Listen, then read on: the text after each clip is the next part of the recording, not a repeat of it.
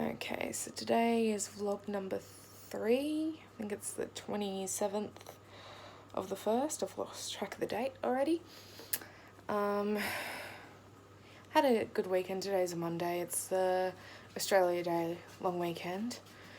I had a good day. I went out with who I call my little sister. I've known her since she was 5 because my mum's a school teacher and she was in one of her first classes being at the school. And yeah, I've basically watched her grow up, so I went out with her today and that was really nice. Yeah, just didn't do too much over the weekend. Mum and Dad went into the city for a little bit and I had a little bit of separation anxiety from them. I didn't sleep much at all. I've been going to sleep at like 4 a.m. the past couple nights, whereas usually I go to sleep at 2 a.m. I think the reason that my sleep is so out of whack is I don't have a job, so I don't have anything I'm doing during the day. Just kind of, I'm really bad with taking naps to make time go faster. Yeah. So I think in the last one I said something about talking about why I lost my 2 best friends. This is going to be hard because I have to admit to doing a lot of shitty things, just treating them really poorly. I completely understand why they stopped being my friends. I was a completely toxic person, If I had a friend like me, I would cut them out of my life. So although I was upset when I lost them as friends, I'm now not angry, or I don't not understand why they did it. I've come to terms with it and I guess I'm okay with it. Like, I don't know if that's the right thing to say, but yeah, I've come to terms with it. I understand why they did it and I'm not angry or upset at them for stopping being my friend. So I talked about some shit I did in year 11 and 12, and I think that definitely contributed. Other things that contributed is, and I think I spoke about this last time as well, I wasn't there for Hannah at all. I still don't know what she needed me to be there for her, but I know that she needed me. And I wasn't there. It was all very selfish. I was very tied up with everything that was going on with me and no one else. I didn't care about anyone else. I only cared about what was going on with me. And lead up was tried to commit suicide in November of 2017, and we were going on a cruise to celebrate graduating year 12 in early January, I think it was, and I wasn't ready to go on the cruise. The cruise was where I lost them, and I'll get to that, but I wasn't ready to go on the cruise. I shouldn't have gone on it. I was still completely mentally messed up. I shouldn't have been away from my family, and it wasn't a good idea. I don't think things would have come to such an abrupt end had the cruise not happened. I think they would have just minimized contact with me. I don't think it would have been a complete cut had the things on the cruise not happened. So, 17, going on a cruise with my best friends. Hannah's mum and family were going to be on the cruise with us as our kind of guardians, because 2 of us were 17 and Hannah was 18. And so, leading up to going on the cruise, I was having anxiety about it. I was having panic attacks about missing mum and dad, and they'd already paid for the cruise, so they were basically telling me I needed to suck it up, which, fair enough, it wasn't a cheap cruise. So yeah, went on the cruise, and Hannah would say little things that would upset me, just like that she wished it was just the three of us and that we didn't have to catch up with her family and check in and make sure we were okay, which is like fair enough. You want to, you're 18, you want to be able to do your own thing, and I get that. But from my perspective, I was missing my family so much. I would have given anything for them to be there with me. And in my eyes, and I'm not saying that this was correct way of thinking, but in my eyes, I thought she was being rather harsh and unfair towards her family. But that was from me missing my family. If I didn't have this separation anxiety, I'd probably be in the same place of, oh, I was glad my family wasn't there, or I wish my family wasn't there. So I get it. I think it's just because of some of the stuff that I had going on, it changed the way that I felt about things. Some dumb things that I did is that I wanted to, because I think it was 2 months until my 18th birthday, so I wanted to have drinks, and the legal drinking age is 18. Not a smart idea. And both of them didn't think it was a good idea because the medication I'm on at the time, because I didn't drink, I didn't know the effects of my antidepressants and my sleeping medication would have mixed with alcohol, and I had mentioned that to them, that I didn't know what drinking would do. So they were both also worried about if I had any alcohol and then I went and took my medication, what would happen. I still don't know what would happen, because when I do drink now, I usually still wait an hour, 2 hours before I take my medication. That's just a personal preference. I don't know if it would have any effect on me. But I just choose to kind of try and avoid mixing them both together. So yeah, doing things that I shouldn't have been doing, and they were discouraging it, and when they were doing that, I was getting upset with them. Like, oh, why won't you just let me drink? I don't see it as an issue. My parents had said that I couldn't get drunk. I could have maybe one drink, maybe two, and that would be fine. But I was to not get shit-faced, which fair enough. I've never gotten drunk, and I'm kind of glad that I've never done that, because I've only got one functioning kidney. The other one's like shriveled up and died. That's a whole nother story. So drinking is also dangerous, not just because of the medication I take, but also because I've only got one functioning kidney. If I drink a lot, well then, that's going to go to shit. Hang on a second, sorry. My little boy, Boo-Boo, wants to come up onto the bed, and he's annoying me. Come here, Boo-Boo. Say hi. And then you got Oscar over there. These are my two boys. They keep me company. So it kind of all came to a head. I think it was the second night before we got back. I think it was like a 7-night cruise, maybe longer. And I think it was only a couple nights before it ended. We were down at the bar. I don't think Clara and I had anything to drink from memory. I could be wrong. But Hannah had something to drink. We were listening to the band that was performing up on the stage. And I immaturely, but also as a joke, started to kind of, mock. Was it Hannah I was mocking? Or it was either Hannah or Clara. There was only two of them there. And whoever I was mocking got really upset with me. Fair enough. I was being quite rude. But then I got upset with them for being angry at me. So I took my room key. I went up to where our room was, and I stayed there. Now, I don't know what I was expecting. I don't know if I wanted them to follow me, or if I wanted them to leave me alone. In the end, they left me, and I think that might have been the smarter thing to do.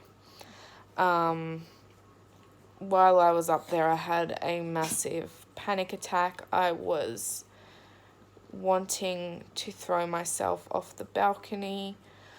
I was not in the right headspace.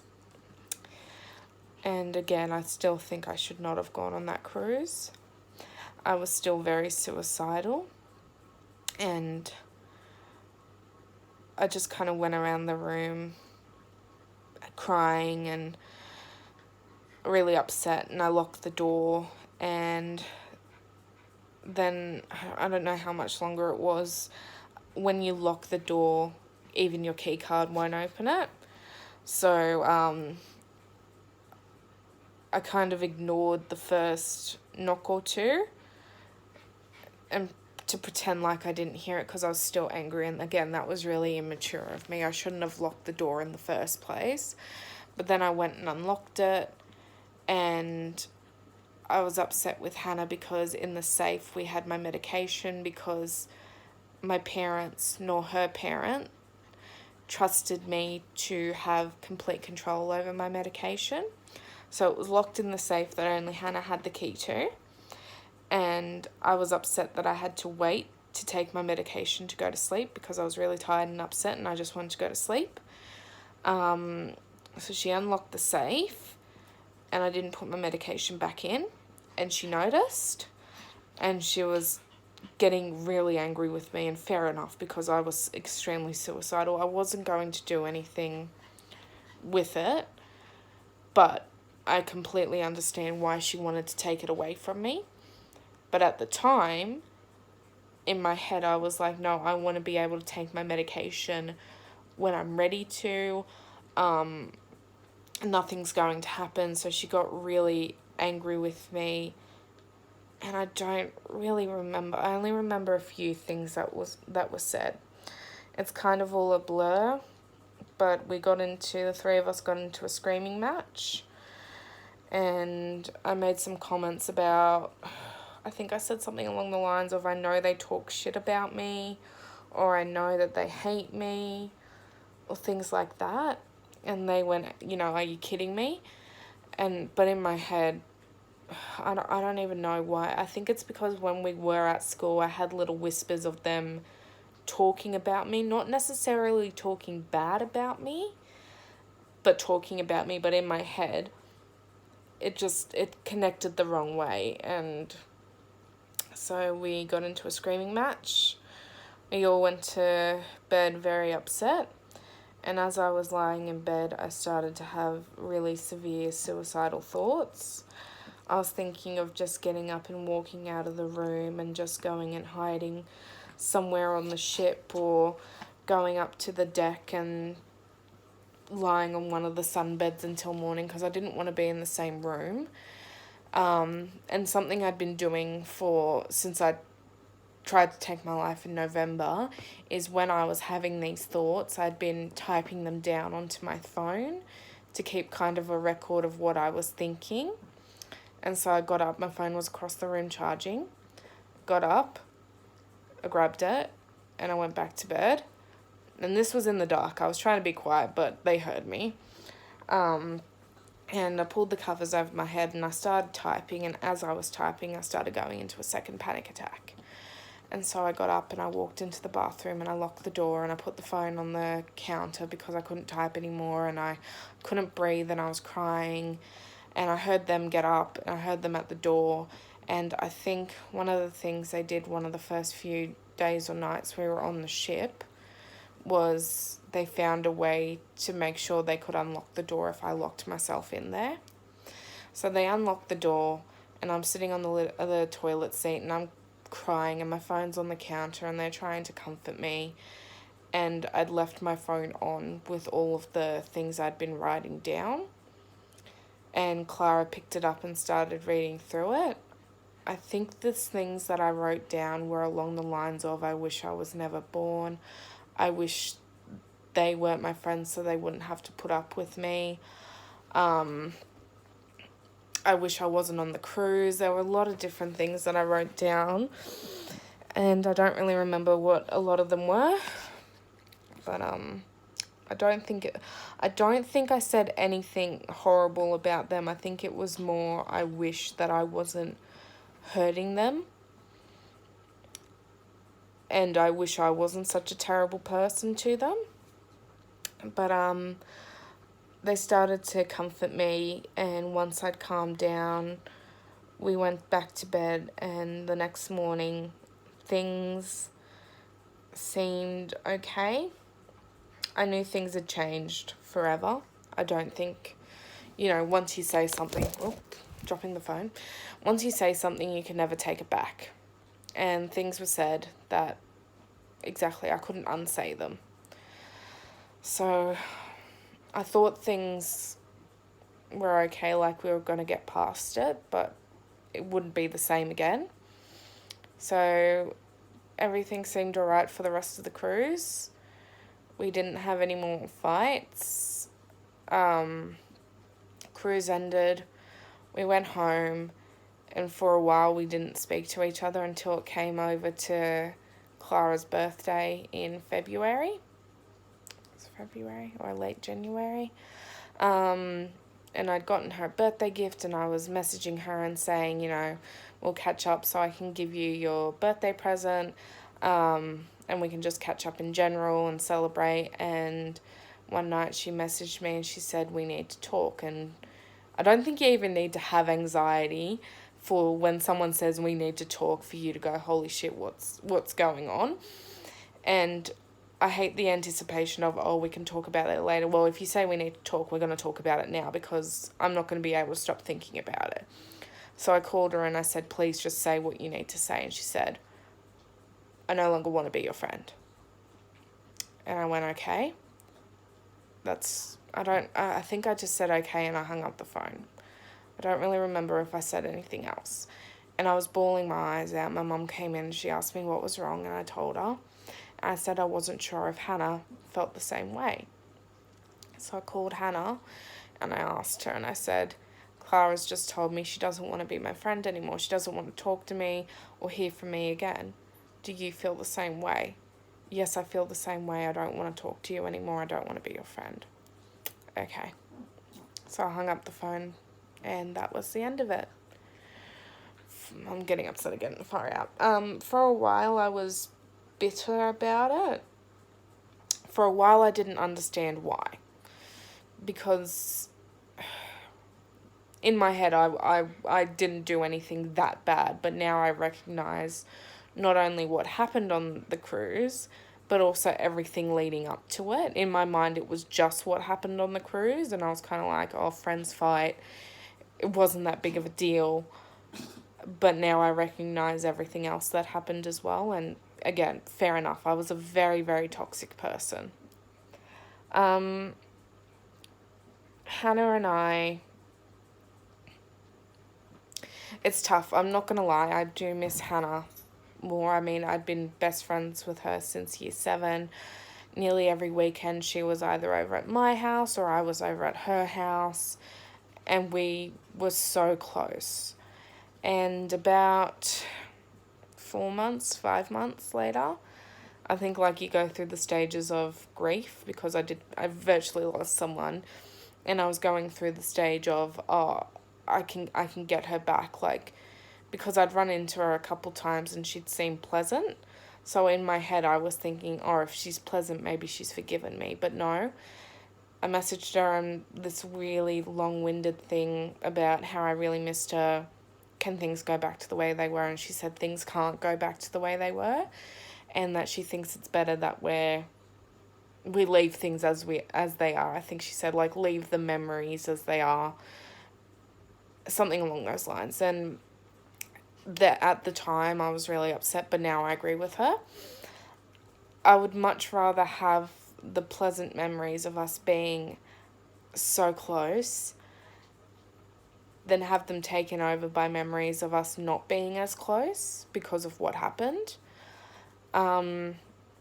She's still pleasant to me whenever I see her, which I really appreciate. I think that's a really mature thing to do. I do miss her occasionally. You know, I think back to the good times, and I do miss her. But when I think about it logically, if we were to meet now with no past, I don't think we'd have as much in common as what we did in high school, or especially the beginning of high school. So I don't think we could ever become that close again. Clara, on the other hand, I reached out to her once and I never heard a response back. And then some weird things started happening. Again, I'm not upset at either of them or angry at either of them for ending the friendship. That, to me, is completely fine. It is what it is. I was a bad person. It was for the better. The aftermath, however, with Clara was what's made me salty, angry, upset, feel like things are unfair. So the aftermath was that our friend group, one particular friend was having parties or get-togethers, and it was my boyfriend at the time's Jack, best friend, who was doing this. And we were all friends in high school. This guy I was in drama with since year 8. We were really close. You know, I think we were in nearly every drama group together because we just got along really, really well. And it was said to Jack, Madison's not allowed to come to any of our get-togethers, to any of our parties, because Clara's going to be there. That was what was said. I don't know if that was what actually happened because I haven't spoken to Clara about it. But that was what was relayed to Jack, and he relayed that back to me. So I was quite upset. I thought that was extremely childish and unfair. You know, in my mind, it seemed like a very high school thing to do. Oh, we don't want to hang out with you anymore, so we can't even stand to be around you. Whereas for me, if you're an adult, you fake a smile and you get on with it. Sometimes you just got to be around people you don't like. You know, you can't always pick and choose who you're going to be around. So if there's someone around that you don't like, you be pleasant and then you just get on with it because you're not going to have to spend the rest of your life with them. So you just get through it in the moment and then you move on. So this went on for about 12 months of, can Maddie come to this get-together party thing? No, she can't come. Clara's going to be there. Oh, Clara's not going to be there. Can Maddie come this time? No. I felt, and again, this isn't perhaps what happened, but purely what I felt, that she turned people against me. Again, not necessarily what happened, but from what was relayed back to me, and just how I feel about the situation, was that she did turn people against me, in my eyes still, unjustifiably. I hurt her and Hannah, but I think especially now, even 12 months ago, which was 12 months later from the cruise, I think I'm a better person. I don't know how much of a better person. I do not think I'm nowhere near as toxic. I think, unfortunately, what happened with them has severely affected me. I have a friend who I don't know if I named in the last one, but I'm going to give her the nickname of Marie, who I knew in high school, and we were kind of close, but we didn't become too close until after high school and after everything happened. I'm scared of having a female friend again, like what Hannah and Clara were to me, because I'm scared of ever losing that person again due to my mental health. I'm very closed off in speaking about my mental health to Marie. She seems to not get it, but I'm very slack with communication and catching up, and she seems to understand that it's not personal, that it's due to things that go on in my head that I can't control. And one of the things that goes on in my head is that I'm really scared to get so close to her again and lose her. And she could tell me that she won't. She could tell me that everything would be fine. But I don't think I'll ever believe that. I've got another person roughly my age that I'm becoming really close to, but I'm scared. You know, this other person and I don't even know what to nickname her. Kayla? Kay maybe. Kay and I are looking at going on a holiday together, and I'm just so freaking terrified of what if what happened on the cruise happens again? What if my mental health deteriorates and I become this absolutely awful person that you can't stand to be around, and she cuts off all contact with me? Oh, far out.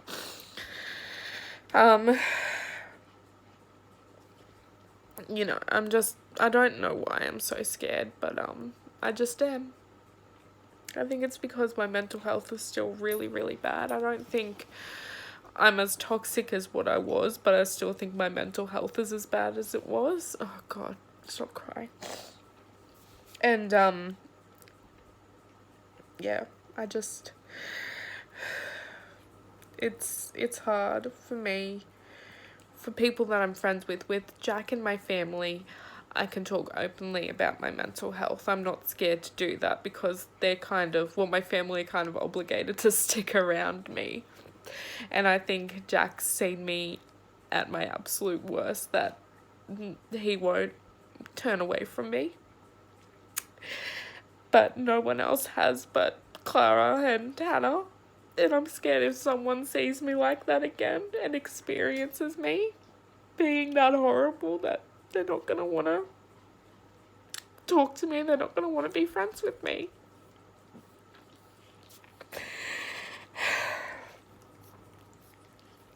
And I recognize that everything that happened was my fault. That I was the horrible person. But I'm just still so freaking scared of what could happen. If it can happen again, if I let someone get that close to me. Will, when they learn how bad everything is and they see me at my worst, will they not want to talk to me again?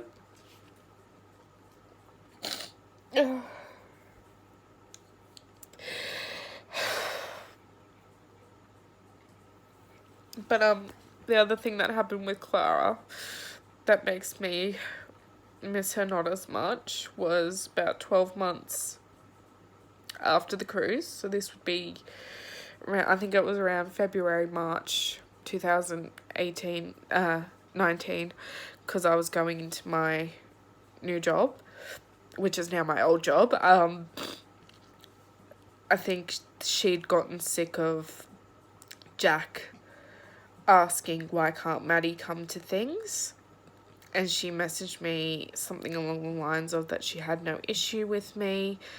I don't even remember, but I think it was just that she had no issue with me coming to things. Why didn't I reach out, however? And I think I didn't reach out to her or anyone else in the group. There were only a handful of times, like I'm talking maybe 2 or 3 times, that I reached out to anyone in that group, and it was specifically the 2 guys that Jack are friends with, that also Clara is best friends with, and they both didn't respond to me.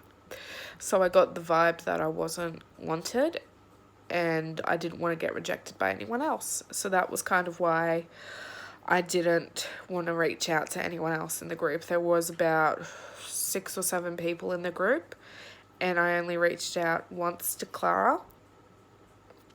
I think twice to I don't even know what to call the first guy. Only twice to the first guy, maybe twice to the second guy. And I'd asked Jack to talk to them as well and say that I missed them and that I hope we could catch up and things like that, but I don't remember it ever being reciprocate, like, yeah, they missed me, or yeah, they wanted to catch up with me. I don't remember those sort of things ever being said. Anyway, but Clara messaged me and said she didn't have a problem with me. I could come to the things if I wanted to. And we messaged a bit that day, and by the end of the day, I think I'd sent her the last message at around, like, this was like early morning, I think around like 9 o'clock in the morning, and she hadn't replied. So I decided to send her a message just thanking her for reaching out to me, that I looked forward to seeing her in the future, and that I hope one day her and I could catch up. And I didn't hear anything back.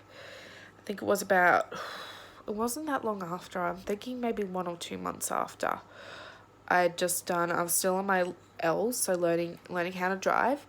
I'd done about 2 hours driving around kind of the western area. So the rough roads, the mountainous, not mountains, but